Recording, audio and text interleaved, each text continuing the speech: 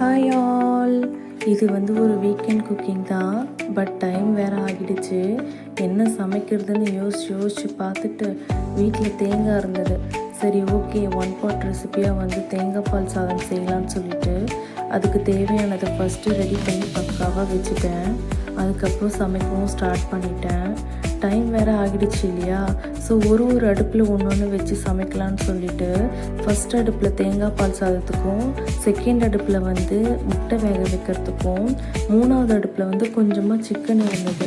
So அதை பெரட்டி தொக்கு மாதிரி பண்ணிடலாம் அப்படின்னு சொல்லிட்டு அதையுமே ஸ்டார்ட் பண்ணிட்டேன். இதெல்லாம் செஞ்சு முடிக்கிற வரைக்கும் நான் கிச்சனை விட்டு நகரவே இல்லை. ஏன்னா ஒரு அடுப்புலையும் ஒன்று செய்கிறோம் இல்லையா? ஸோ கொஞ்சம் நம்ம மிஸ் பண்ணிவிட்டு திரும்பினாலும் தீஞ்சிரும். ஸோ நான் எல்லாமே பக்கத்தில் இருந்துட்டு மீடியம் ஃப்ளேமில் தான் வச்சு குக் பண்ணேன்.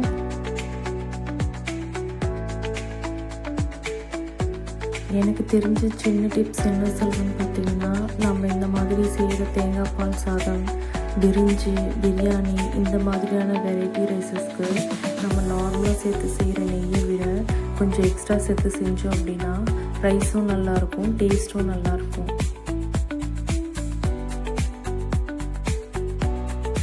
ஸோ ஃபைனலாக நம்ம ஆட் பண்ண காரம், உப்பு இதெல்லாம் கரெக்டாக இருக்கா அப்படின்னு பார்த்துட்டு அதுக்கேற்ற மாதிரி எல்லாமே சரி பண்ணிவிட்டு அடுத்தடுத்த ஸ்டெப்பை ஃபாலோ பண்ணி நம்ம புலாவ் கம்ப்ளீட் பண்ணியாச்சு. ஸோ புலாவ் பார்த்திங்கன்னா ரொம்ப பர்ஃபெக்டாக வந்திருந்தது. சாதம் எல்லாமே உதிரியாக இருந்தது. டேஸ்ட்டுமே அல்டிமேட்டாக இருந்தது, உண்மையாக சொல்கிறேன்.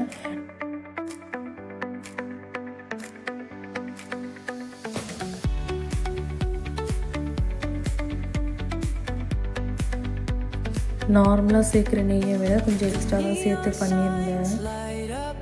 ஸோ ஃபைனலாக சிக்கனுக்குமே கொத்தமல்லியெல்லாம் ரெடி பண்ணி அதில் ஆட் பண்ணோடனே டேஸ்ட்டு ரொம்ப சூப்பராக இருந்தது. உங்களுக்கு பார்க்கும்போதே தெரியுதான்னு தெரியல. சிக்கன் தொக்கு ப்ளஸ் புலாவுக்குமே சூப்பராக இருந்தது. பாத்திரமும் நான் அப்பப்போவே கழுவிட்டனால எனக்கு எல்லா வேலையுமே முடிஞ்சிருச்சு. ஸோ இந்த வீடியோ உங்களுக்கு பிடிச்சிருக்கோன்னு நான் நம்புகிறேன். அடுத்த வீடியோவில் பார்க்கலாம். டாட்டா, பாய்.